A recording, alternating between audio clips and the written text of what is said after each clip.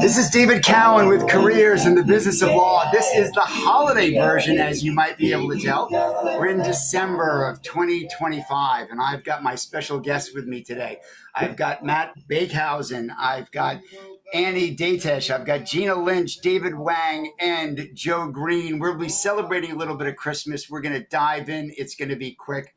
We're going to be talking about the Chief Innovation Officer, the role, the future, where we are, where we're going. I've known these 5 Chief Innovation Officers for a little while. I've watched their careers emerge. I've watched them evolve. And what I'm really curious about, I think the community is as well, is how is your role evolving? A little bit about client collaboration, how it's being reimagined, tech on the edge, the people side of innovation. And what we're going to save for the end is what innovation trend are they most bullish on? And what trend do they think is most overrated? And Gina, if you would, let's start with you. How are you? And welcome to the holiday season. And thank you, David. So exciting to be here, and this great panel you put together. It's going to be a fun time. You guys are fantastic. I can't wait to see where this goes. So let me ask you the first question, and we'll just go round robin around and see what everybody has to say. Your role at Paul Weiss did not always exist. It's gone fast. Let's not do a whole origin story, but let's get to, in the last 12 to 18 months, how has it changed? Hey, listen, I think, all these innovation roles have taken on a whole new look and feel, right? They're gone from being what might have been considered back office almost at one point to being very much at the table. It's all about sitting down with the client before an engagement now, talking about pricing, staffing, strategy. It's really about being in the room where it happens. And, you're actually really shaping how a matter gets scoped and delivered. I think it's really very, very, very much a front of house position now. Also, other things that are really a little different is I think just the way that the decisions you make, you're not making a decision for a specific project where before you may have been able to work with the practice group on a distinct, objective. Now what you're really looking at, every decision you make has sort of that cascading effect of, I'm really architecting change here, right? How are we billing this type of assignment? How are we staffing it? And everything that you do has a weight to it that I think you really have to be thinking 10 and 20 steps ahead of the impact of what you do. And I think finally, one of the things that it really comes back to, and I think this is a mistake I see of some organizations making, that they're really looking at these roles, they're bringing in what they consider sort of, a tech rock star, but it really comes back to what you really need in these roles is leadership. Innovation's 20% technology and probably 80% leadership, because it's really driving really complex projects, right? You need someone who can work across teams. You need someone who's patient, has persistence, has influence, can build a coalition. And that is where I think a lot of firms are failing, is that they're not understanding that you really need that strong, someone who's managed teams, someone who can lead people through a transformation. When I look at roles now, any of my leadership roles, you have to have a solid record of management experience, because I think that's really critical. Gina, you've got a background of authority and resources at Paul Weiss for quite some time. David, you're at Cooley now.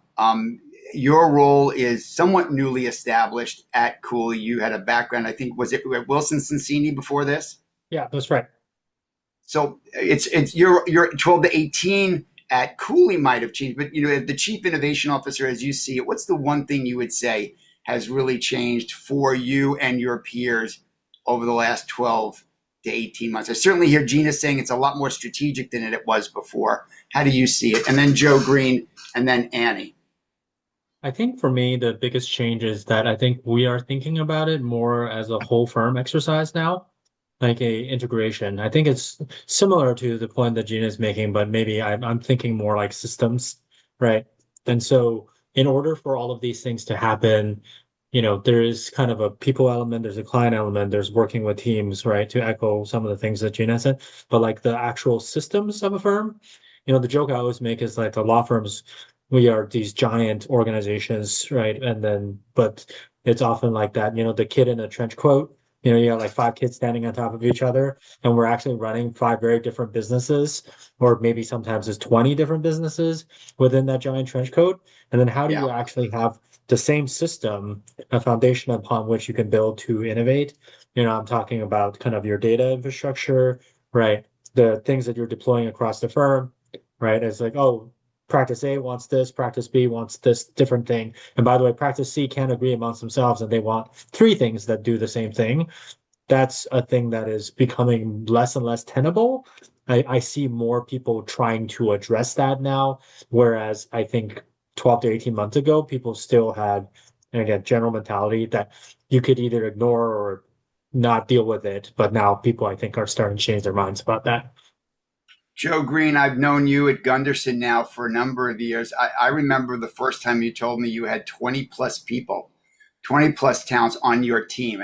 How big is your team today? And what's the difference between you building that team and then managing and leading the team? What point of view do you want to add to this over Yeah, the last 12 sure. months? Yeah, the team has grown since then, and probably needs to grow further still. I think that. Do you want to put a plug in now for the budget for a couple of FTEs? This would Oh, be I the thought I just exact did time that. to do it. Yeah. I thought I just did that, but thank you. Let's put an exclamation point on that. No, the as I thought about the question here, what's changed in the last 12 to 18 months in my role? I don't know that my role has fundamentally changed in the last 12 to 18 months. I feel like, the things that I kind of came in to do, kind of pitching a vision, building consensus around that, getting the resources that we need to pursue it. All of that still feels like, it's chugging along. And in fact, the world is kind of feels like it's coming my way because more and more people are paying attention and worried and thinking about this and engaged, which is great.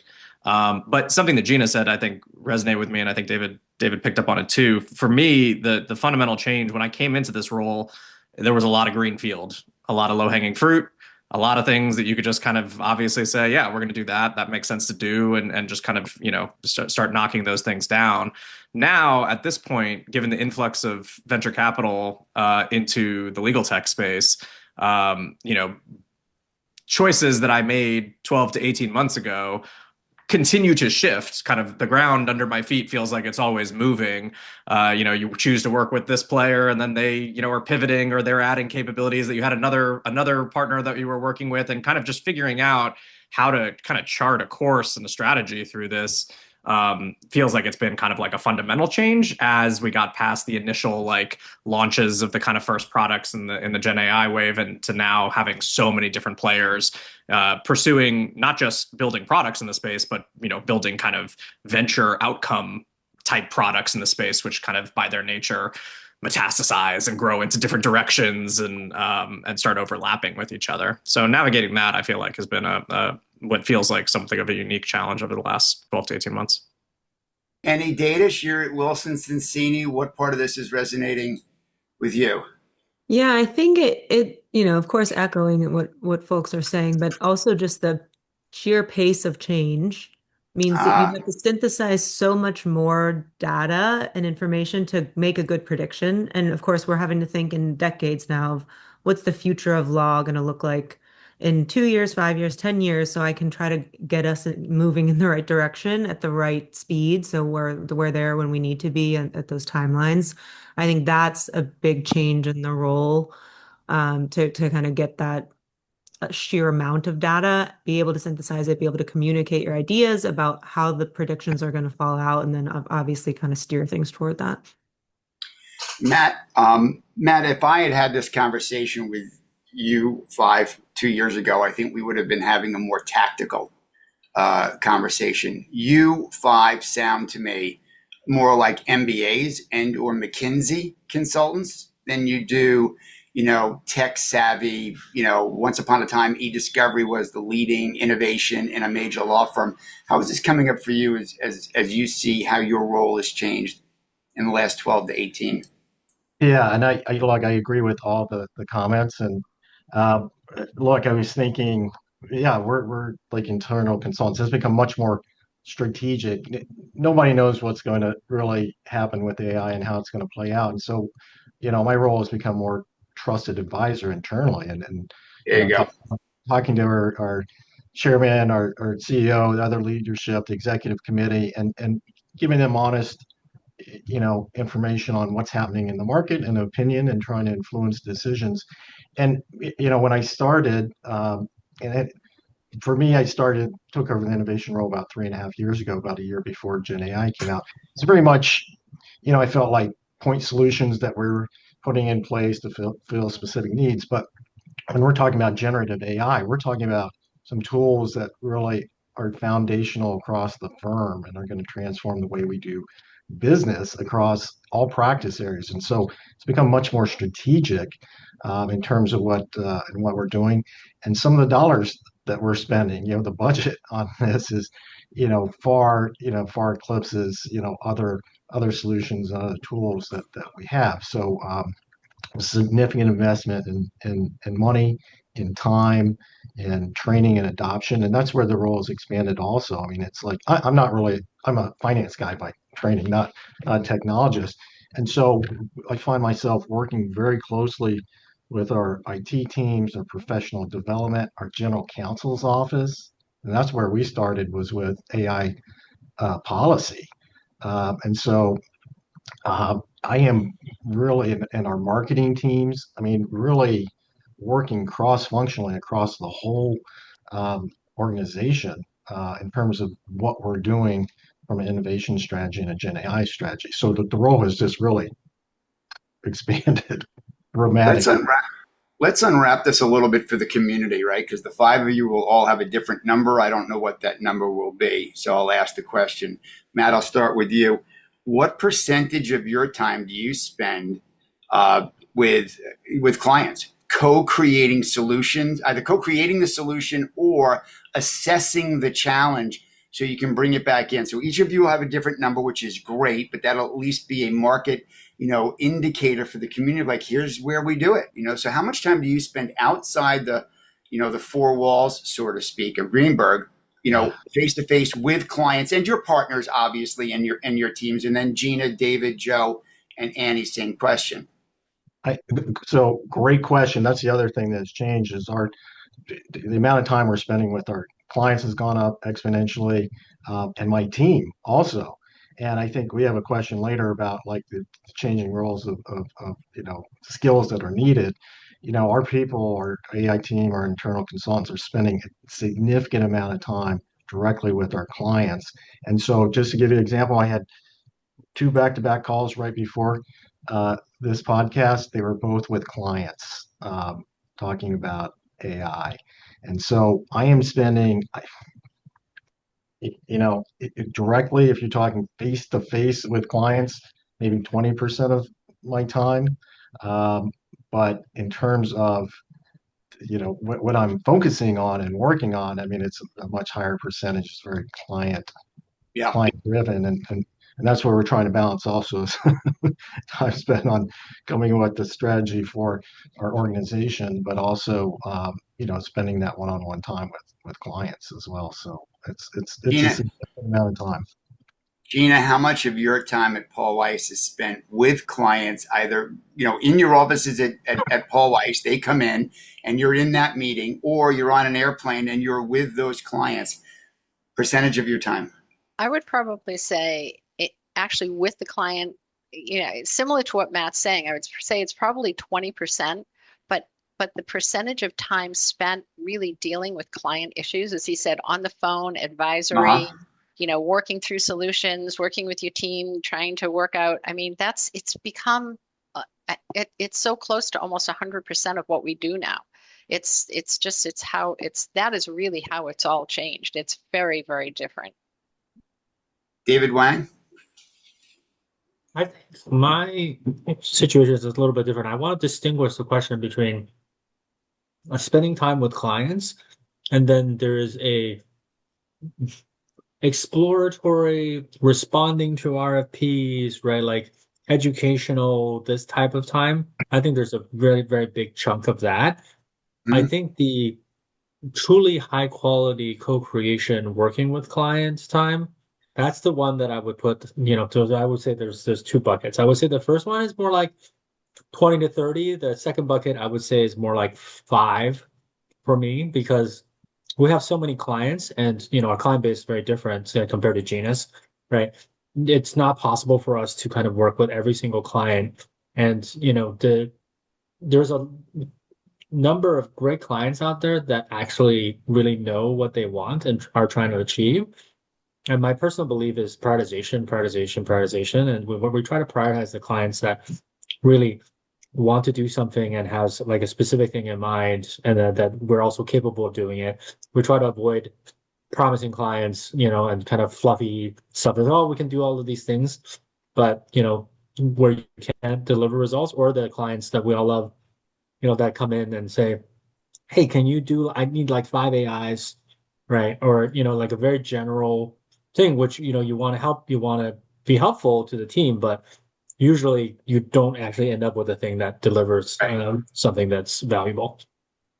Joe Green, your practice group is different than the others. So how does it sit down for you? Yeah, it is a little bit different in that, we don't tend to have kind of massive institutional clients where kind of devoting significant resources to co-creating a bespoke solution to a client problem is something that our clients really have a desire to do with us, or the time to do with us. They're busy building their businesses, and not as focused on sort of like the massive compliance challenges that larger institutions have to face. So for me, my client interaction is still quite significant, but it tends to revolve more around talking with our investor clients about what we see in the legal market, because they are very interested in the legal space. And I spend a lot of time talking to VCs. And then also working with a number of clients that we have in the legal tech sector who are building.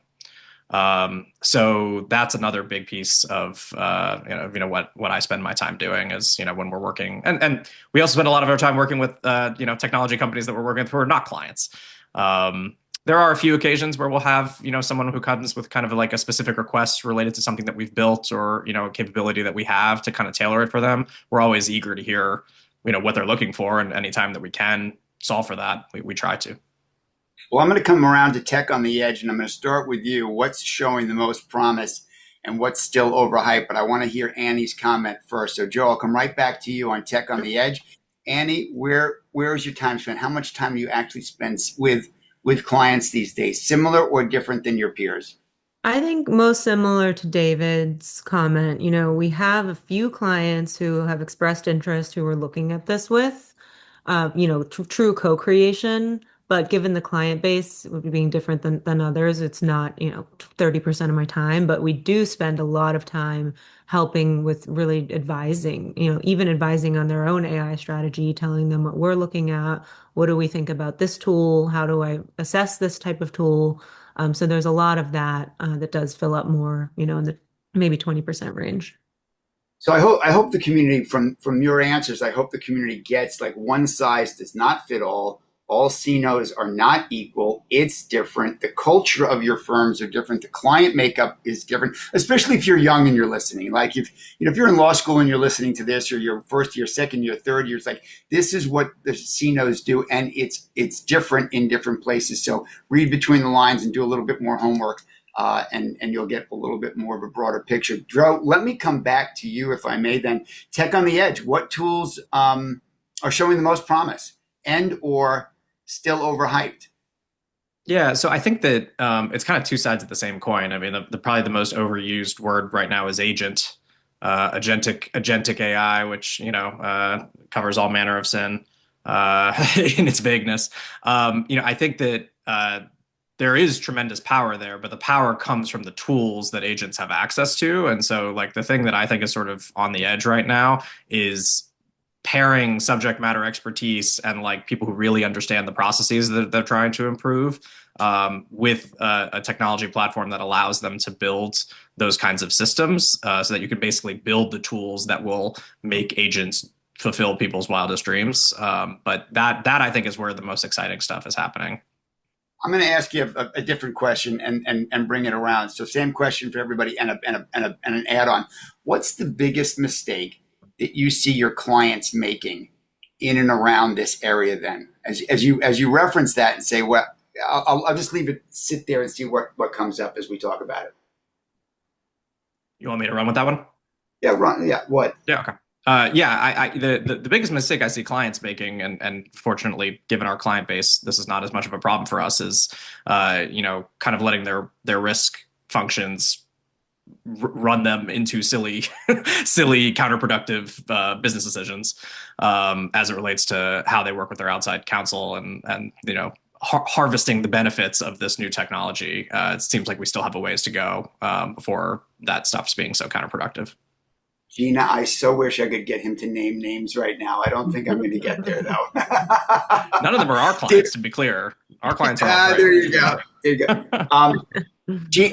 David Wang, to you, what are your thoughts on what's showing the most promise right now? I'll go with what's showing the most promise right now that you like, and I'll go with the glass half full. Yeah, so I think the technology is absolutely there to solve a lot of real problems. I think the current state is that the technical capabilities of, you name whatever tool can solve a lot of problems. I think the problem which is also the part of the most promising projects, is that do people really know what they're after exactly? I think this goes both for clients, as well as internal clients that I think of, like internal practice groups. The people that really know what they want, by and large, you can do it, right? But are you also okay with the consequences of the thing that you want that are consistent? For those people that really understand that, the solutions are out there and they're being deployed, right? Gina Lynch, tools, tech on the edge for 200, and then I'm going to change the question for Matt. I would agree. I think, to me, I think it's still, this ability to be able to pull up collections on the fly, doing information, point of need. I think that's still really exciting. And I think, to Joe's point, I think integration, which hasn't really been done well yet, but integration with other data sources is where there's tremendous potential. It's also where you're going to be able to really build your proprietary model, right? Is pulling in not just your information, but even leveraging the third-party information that's out there and being able to sort of mash that up into being something really cool and different. And I think there's tremendous potential there, and we're not seeing it happen in a very fluid way. But when you do, that's going to be incredibly powerful. I think I'm really excited about that. Matt, let me just shift to the talent side. We've covered process, we've covered technology. Let's talk a little bit about talent. How are you designing the teams of the future? Yeah. How big is the team? How are you designing it? What's on your mind? Good, great question. And we're having those conversations right now about how to best structure the team.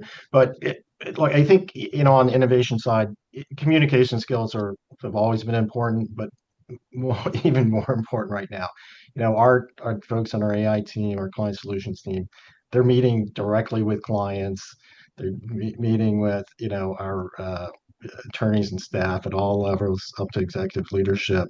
And that communication piece to really, and I guess it was what David was just saying, is they really have to draw out that piece of what is it that we're trying to accomplish here.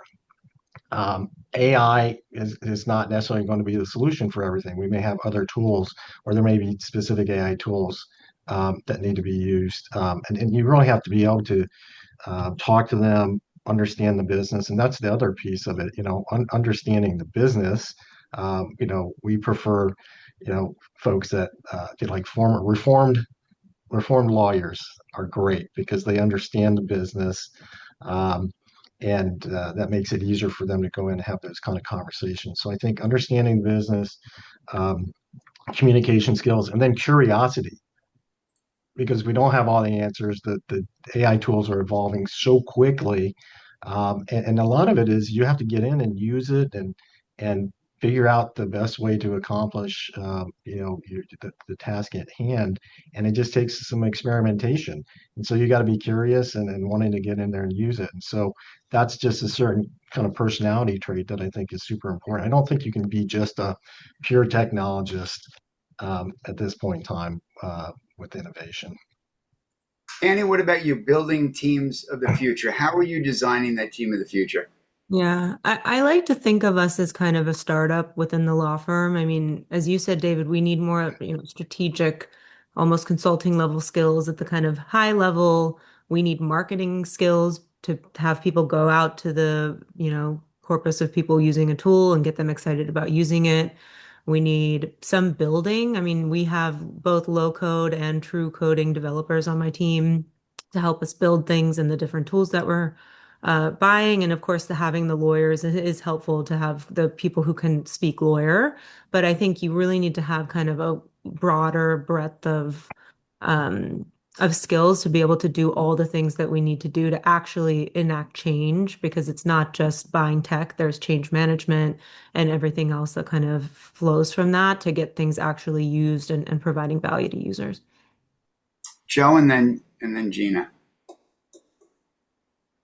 Yeah, I think we're circling around the need for a pretty multidisciplinary approach to this, and that you're rarely going to find in one body all of the skill sets that you need to do this successfully. And so I think looking for people with skill sets that kind of plug into these different capabilities that you need to get people to successfully change and to build the things that they're going to change to. The subject matter expertise, the technical expertise, again, very hard to have that in one person. But I do think that, to Matt's point, curiosity is always one of the things that I think about, and also a little bit of like an engineer's laziness and contrarian personality that says like, there's got to be an easier way for me to do this. And instead of doing the same thing, that takes a lot of my time and is kind of terrible, I'm lazy. I'm going to find a better way to do this. I'm going to write some code and automate it away, and then I don't have to do it anymore, and I can kick my shoes up. I think actually that's a very helpful mindset for innovators looking to improve the way we do things. Gina, I'm going to ask you a slightly different question. And I'm going to ask you, how have you made the pivot to talent spot and talent slot, this new breed of cat, if you will?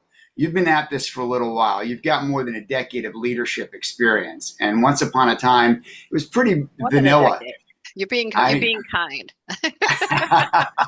But you've got a history of like, once upon a time, this is how we did it, and we had done it like that. Major law firms had worked a certain way. This is a very different way. If you're listening to this and you've got more than 10 years of experience in big law, it's like, wait, what are they talking about? This sounds like an MBA conversation. It sounds like a McKinsey conversation. This does not sound like the old fraternity that everybody complained about. So like, welcome to new law, everybody. And so, Gina, the question I have for you, for your peers that are listening, right, or those that want to grow up and be Gina Lynch someday, how did you make that pivot to talent spot and talent slot this next generation? And what advice, if any, do you have for those that are filling or about to fill your kind of shoes? Listen, I think I've always believed that you need to have a really, really diverse team, right? You need different talents, and I like contrarian. To Joe's point, I like contrarians on the team, but I don't like to have everyone the same. That's key. Collaborative. I don't like superstars that can't play nice in the sandbox. So collaboration to me is the most important thing. And I think one of the things that I've built that I'm most proud of is we have a research team, competitive intelligence team, knowledge lawyers, innovation lawyers, project managers, data scientists, and they all understand that they have to work as a unified group. That is the most important thing to me. And and the one thing we have added, David, and I think this is another piece of it that I've learned, is you need to also get over yourself and not think that you just need degrees. We've started this new Pioneer program where we bring in college grads, and they're kids we ask for a 2-year commitment. Many want to go on to law school or haven't really found themselves. But what they do have is a passion for technology and want to work, try out working in a law firm. They have been so amazing. First off, the talent is unbelievable that's coming out of college right now. And these kids are teaching us things that we did not think. I mean, they've come in and said, well, you know what you should be using to run a project? You should be using this tool I used in school. And they're entering us to technologies we didn't even know that were out there. And that's why I say, sometimes they're so willing to learn and so anxious to get started. Again, we tend to think, oh, you need a lawyer for everything, or you need a technology. They'll catch on so quickly that we can now put them in a lot of low level, training sessions, or even just, hey, this is no code. They're willing to pick it up and learn it so fast, So I think that's the other piece, is just making sure you have an opportunity to inject a lot of new blood, to make sure you don't get stale, to make sure you're getting fresh ideas and getting people who are passionate. And what we try to do with these programs is try to, sort of cherry pick out of them, like, is there someone who we think is really amazing, and then try to convince them that they don't want to go on to law school. What you really want to do is work for us. And so, but it works, and it's great. We've gotten some great talent that way, and that is actually something we started on the research and competitive intelligence side too.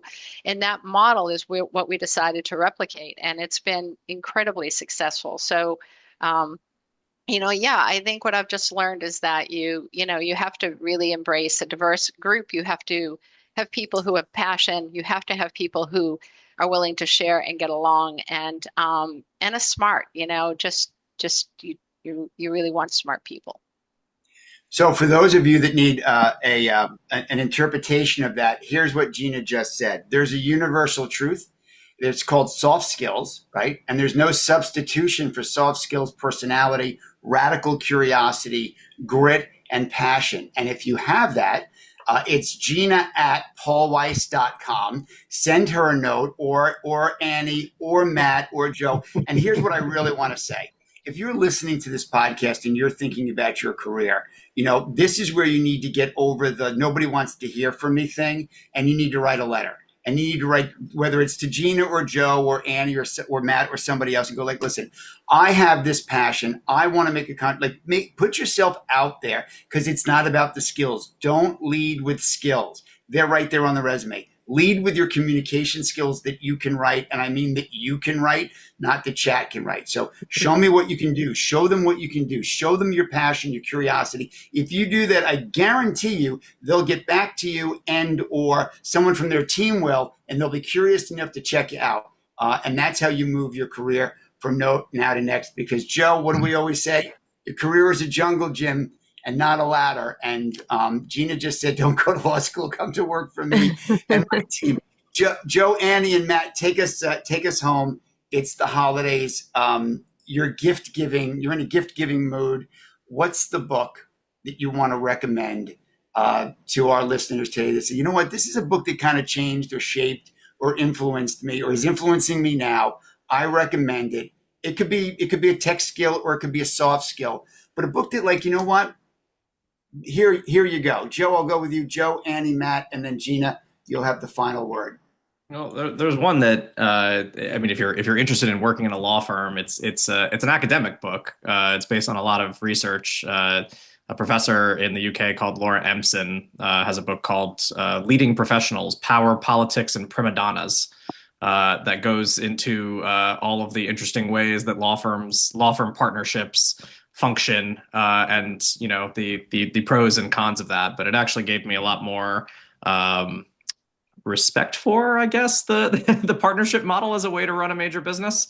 Nice. And I learned quite a bit from it. Annie, Datesh. I would say The Wide Lens, which is kind of trying to explain how you need to think about externalities in the ecosystem to make sure that you're not building something that then doesn't have support. For instance, if Tesla kind of just built the electric car, but then there weren't electric car stations throughout the country so that you could drive outside of your city, that kind of could have been a miss. It's that thinking that way. And I think it's helpful to kind of open people's mind to that type of thinking.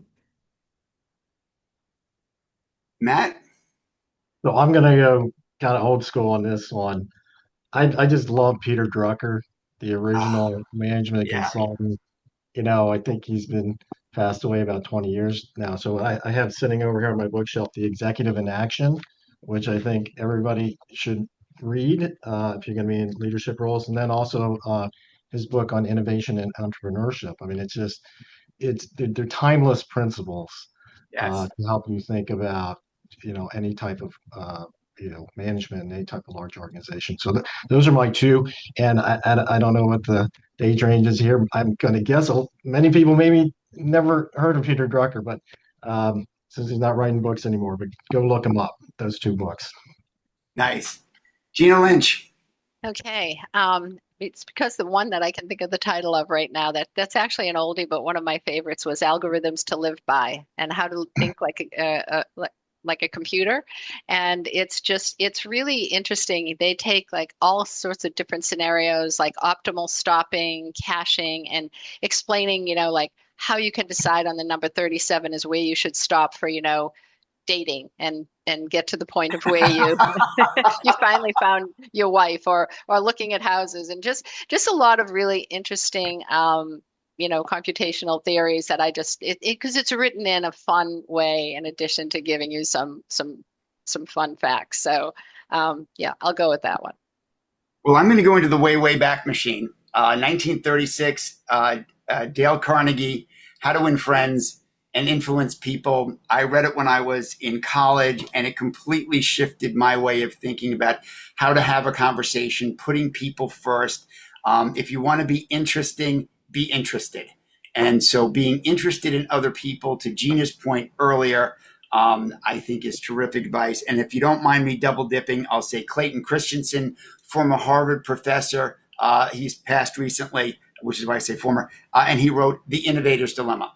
And I think the innovator's dilemma, sustaining innovation, disruptive innovation, is as relevant today as it ever has been. The solid faculty, all 100 of us, are reading it now, and so I recommend it highly. I think thank each of you for joining us and for sharing your insights and your journeys with us. It is holiday, and Gina, I'd have to have something that would take us home. If I need a lawyer for borrowing the copyright, I know that you and Paul Weiss will help us. So let's see if we can get a little holiday here as we go out. A very happy holiday. We'll see you all on the road. Thank you so much. Thank you, David. Feliz Navidad. Feliz Navidad. Próspero año y felicidad. Feliz Navidad. Feliz Navidad. Feliz Navidad. If you enjoyed this show, be sure to give us a like and subscribe on Apple Podcasts, Spotify, or anywhere else you get your shows. And if you want to take your career from now to next, never eat alone.